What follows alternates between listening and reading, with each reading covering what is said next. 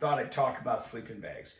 I know that there's a lot of stuff out there on sleeping bags, but not so much on, I would say, cold weather or for hunting. And so today we're going to talk about, how sleeping bags come up with the ratings, what's a good sleeping bag, a cheap one that you can use for hunting to save you some money. So basically, how are sleeping bags rated? Well, they have a rating usually on them in Fahrenheit or Celsius. Most of them are in Fahrenheit. And they're based on the European norms, they call it. Something they did over in Europe, and they took a person, put him on a 1-inch mat, put him in a sleeping bag, and with a hat on and thermal underwear, and they come up with a rating, and they come up with a low rating and a comfort rating. So basically, it's a Snugpak liner. It tells you what those ratings are. So for example here, it says the comfort rating, it has Celsius and Fahrenheit. I usually always go by Fahrenheit. So 32 degrees, that's your comfort rating.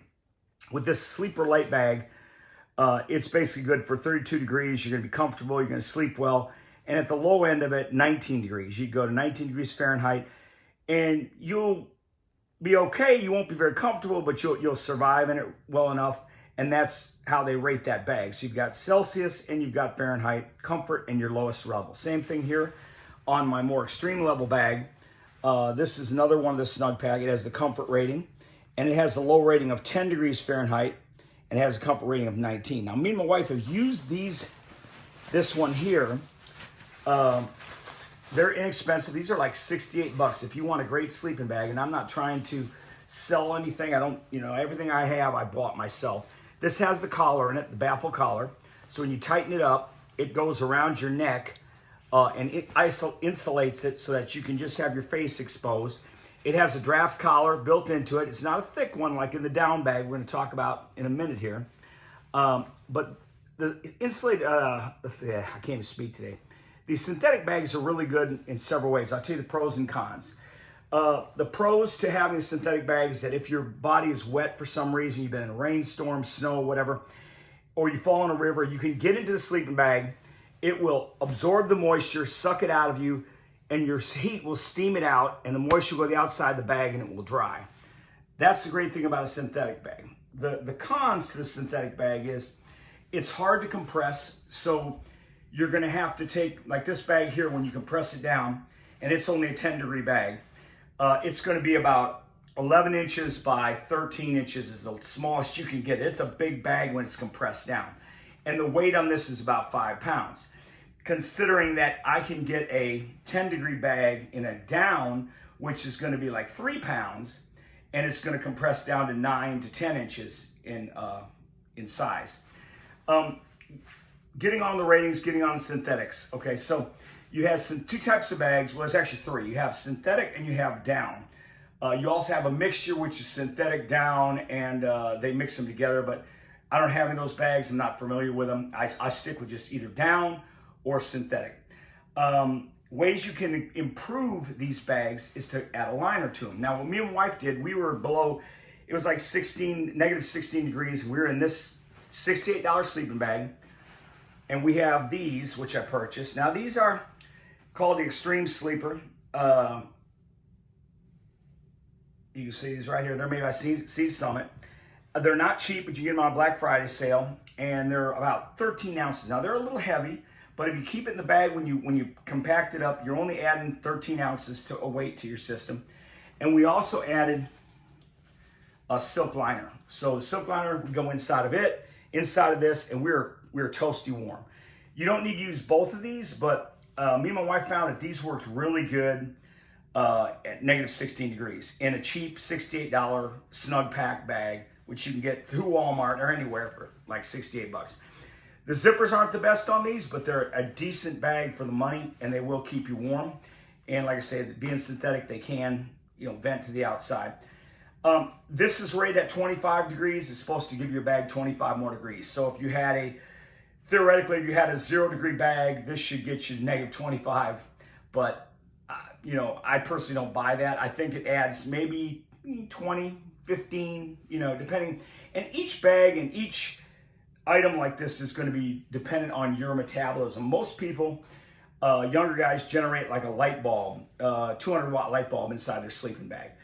The older you get, like myself, in your 60s, you're like a 35 watt light bulb. You don't generate as much heat. So anything you can add like this to help keep the heat in the bag and bring that temperature level up is a good thing. You can go with these. These are like less than 3 ounces. This is 13 ounces. If you're, depending on where you're camping, if you want to go cheap, you can go with a fleece liner. The thing with these are basically for like a base camp or car camping because these are heavy. These are over 2 pounds, these fleece liners, okay?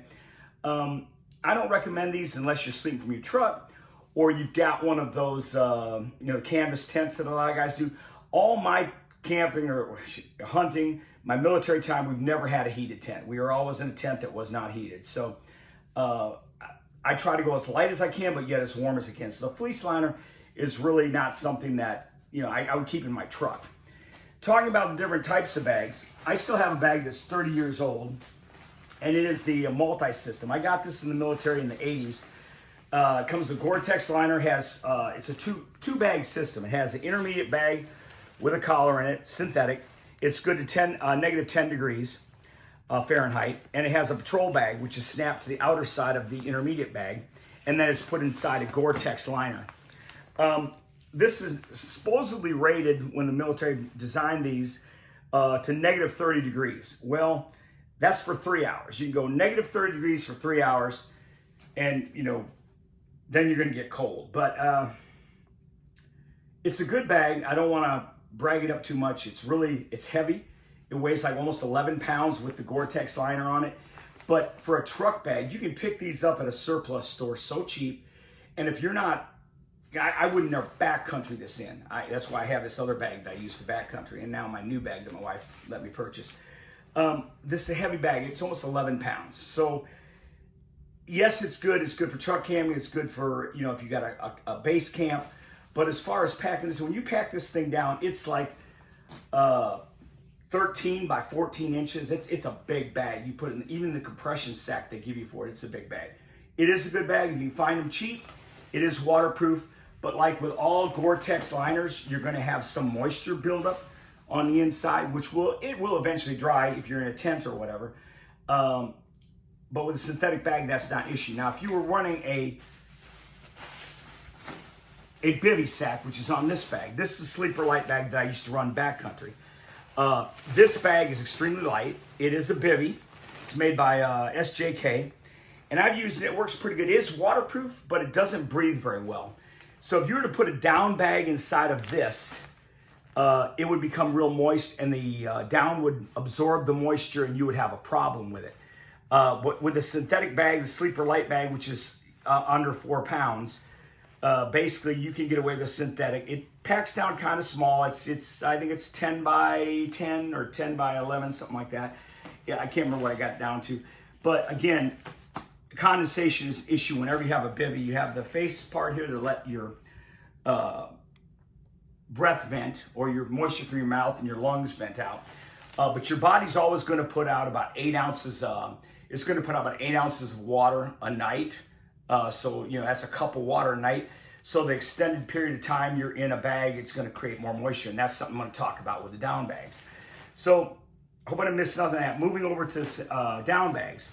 So what's better for dry, cold climates? Well, I think down is the way to go. It's lightweight, compact. These are 2 bags that we got on sale.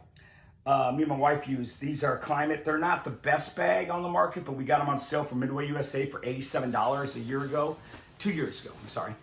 And the thing I do like about it, it's only a 650 down fill. And that's how they rate these bags. So the amount of fill that's in the bag, the down, will give you a number for fill per how much it fills a square inch. I don't know the technical data on it, but the higher the number, the better the down is, the lighter it'll be, and the warmer it'll keep. So this one is 650. The Puma here, the big blue, it's 850 fill. It's a great bag. We're gonna get into that. It's expensive, but these are $87, but I think they're up to like 200 now. What I do like about these is the foot box can be pulled up, so basically it fits any type of person. So my wife can pull this up, and it brings the foot box down tight, insulates it more for her feet, and makes it a shorter bag. So one of the options I do like about the Climate bag. This does pack down really small. It has the the draft collar around the neck. It has the draft collar, which is around the zipper, so that your cold air doesn't come in and get to you. So it has a single draft collar on this side. Now, when I show you the Puma has an extra built-in draft collar because mountaineering, they're above the standards on it, and they've got a separate baffle or draft collar built in on each side of the zipper. So you're not going to get any draft or any cold leakage into the system from there. The nice thing about this too is this is the bag that you can press it down into. This little compression sack is designed for it, and it literally compacts that down bag, which is good to 20 degrees, which is, you'll be cold in it, but you compress this down and it'll keep you warm at 20 degrees. You're gonna have not the comfortablest night in the world, but if you add a liner to it, or even just a silk liner, makes 5 to 7 degrees difference. If you add a silk liner, 5 to 7 degrees you're going to add on it. And if you're a younger guy, you may even get 10 degrees out of it. Your body's putting out more heat, your metabolism's higher. But like I say, these compression sacks are great. I have one for this also. This is the one that I got the idea from a guy named Aaron Linsdale. He's a guy that's went to Antarctica and everything. A lot of hunters recommend these bags, but he's been to extreme cold weather. I've done a lot of training myself in the military in cold weather. Alpine Arctic training. I've been, Norway, all over the place in the military doing cold weather training. I was lucky enough to get to a lot of, I guess lucky when they freeze you to death, but training with them. And so he recommended this bag, and I know that a lot of hunters use it, so we went and got this one. And as you can see, this is the Puma bag. It's negative 25 degrees. It has the built-in draft collar, built-in pillow head. It has, and this is what I was talking about before, it has this extra draft collar here built in on the zipper, and then also this draft collar. It goes all the way down on the zipper. You can't beat these bags. Now, they are expensive. You basically have to give up one of your children for this bag to purchase it. It's not cheap, but worth every penny. I mean, this is for my late hunts, going in third rifle in Colorado or wherever, where the temperature is going to be extremely cold. This one is rated at negative 25 degrees. And unlike a lot of the other bags manufacturers, from what I understand, Marmouth and Western Mountaineering, I'm not speaking well today, getting some Biden moments there. This bag is what it's rated to, it'll keep you warm to that degree. Now, one thing you want to consider, whatever bag you use, is you want to make sure that you put a good pad underneath. Now, these are the old military type pads. It's a copy of one. I've got my original one. This is my wife's. I bought for her. It's the closed cell foam pads, and these are a must in cold weather. Now, I used to lay this on the ground, and then I would put my air mattress over the top of it. And the air mattress has an R rating too. R rating is giving you a value of anywhere from 1 to 10. I haven't seen any with 10, but most of them are in the 5 to 6 range. This is rated right around 3 to 4, the closed foam. I put this, I used to put it underneath and put my air mattress on top. But what I found working in cold weather is that no matter what your air mattress is rated at, you want to put this on top of your air mattress. Because I've got an air mattress rated for 6.5, and my Z-Fold, which is this, is rated at 2. But if I put this on top of the air mattress, I find it's much warmer because that air mattress retains the cold. The outside of it just seems extremely cold, and it seems to penetrate the bag. So I put either the Z-Fold on top or the military pad on top. And in extreme cold temperatures, if I can carry it all in, I take both. I put this on the bottom, and I'll sandwich the air mattress between the Z-Fold and that. And it'll make such a big difference because your cold from the ground is going to get you more than anything. So always make sure you pay. These are not expensive. Get you a closed foam cell, old military one. I know it's bulky. You can strap it to the bottom of your pack. You can do a Z-Fold, so you don't have to fold it out and stretch it out. I know that can be a pain for some folks, but if you get a Z-Fold, that's rated 2. This is really rated closer to, it's at least 3. It keeps the cold from penetrating your body. It's really a good thing to have. I'm really a big fan of that. I've laid on those in the snow without any other thing in the military, and it's a major difference. So, what did I forget to cover? So we talked about down. We talked about the ratings on synthetic bags. I basically just want to say that if you have a bag, get a liner. Even if you do something as simple as putting a silk liner in it, it'll keep the bag cleaner. You won't have to wash it as much. And it does give you 5 to 7 degrees temperature. Now, one thing I was going to mention about the down bags, again, talking about moisture if you're in a bivy sack. With this one, you don't need a bivy sack because this has got the Gore Windstopper fabric. They have a micro fabric. This is nylon fabric, which allows the down to vent better. But it's not waterproof. You get water on this, piles on top, it rains in your tent, it's going to get wet, you're going to be a popsicle. This is waterproof. The only drawback to having waterproof is it adds a little weight to the fabric because a thicker fabric, it's more durable, but it doesn't breathe as well as their micro fabric that they have from Western Mountaineering. So what tends to happen if you do multi-day camps, moisture will build up in your down because anything over 3 days, if I remember from the military days, some guys were testing down, and it's not my personal experience, other guys I knew, and the moisture would build up in the bag after 3 days. So if 3 days, you can dry your bag somehow, you're good. But if you're going over 3 days and you're in a hot tent, no way to dry your bag, it's raining, it's snowing, whatever, and you can't air that bag out to dry it, then you have to use something like this. Now, this is sold by several companies. This is one from Western Mountaineering. It's called a vapor barrier. And what it is, it's basically Mylar on the inside. I'm not going to pull this out, but it's Mylar on the inside, nylon on the outside. You slip into it the same way you would this. It's actually lighter than the silk and nylon mix. You slip into this, and what this does is you keep yourself down to bare minimal clothes. It allows your moisture to be retained in this. This does not vent at all. It pulls up around your shoulders, keeps all your moisture up in there, or you pull it in your armpits, whatever. Okay, well, somebody called, right? We were filming that, using your phone to film. And we were talking about the vapor barrier. I don't know how much I missed. I'll do this in the iMovie series. Basically, you want the vapor barrier. You want to get inside this if you're going to be in cold weather for extended days, over 3 to 4 days. If you're going to be in there 4 days, a couple weeks, whatever, you're going to want a vapor barrier. Keeps the moisture inside, keeps from saturating the down, keeps your bag from getting saturated where you can't dry it, because this fabric does not breathe as well as their micro fabric. So I think it's worth the trade-off. Get the Windstopper. I like it. It's durable. It's like a few more ounces heavier than the Puma without this, with the micro fabric. I think it's like 3 ounces difference. To me, that's worth it to have the waterproof durability of this. And I would get a vapor barrier. Several companies make these.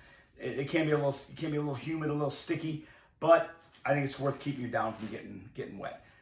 Well, that's my thing on sleeping bags. Again, like I say, synthetic. It'll help you if you're wet. You can get in, it'll dry. Down is good in cold, dry climates. It's superior. It's lightweight. It's easy to compact. You can compact this thing down. This Puma will compact down to 10 inches by 11 inches with a compression sack that I have. And that's reasonable for a bag that's negative 25 degrees. Again, get you a liner, a vapor barrier if you're going to sleep over 4 days in a bag, especially if it's a Windstopper that's not the micro fabric. Well, that's my video. I hope it helped somebody. I hope the cutoff didn't mess some of this stuff up. And thanks for watching.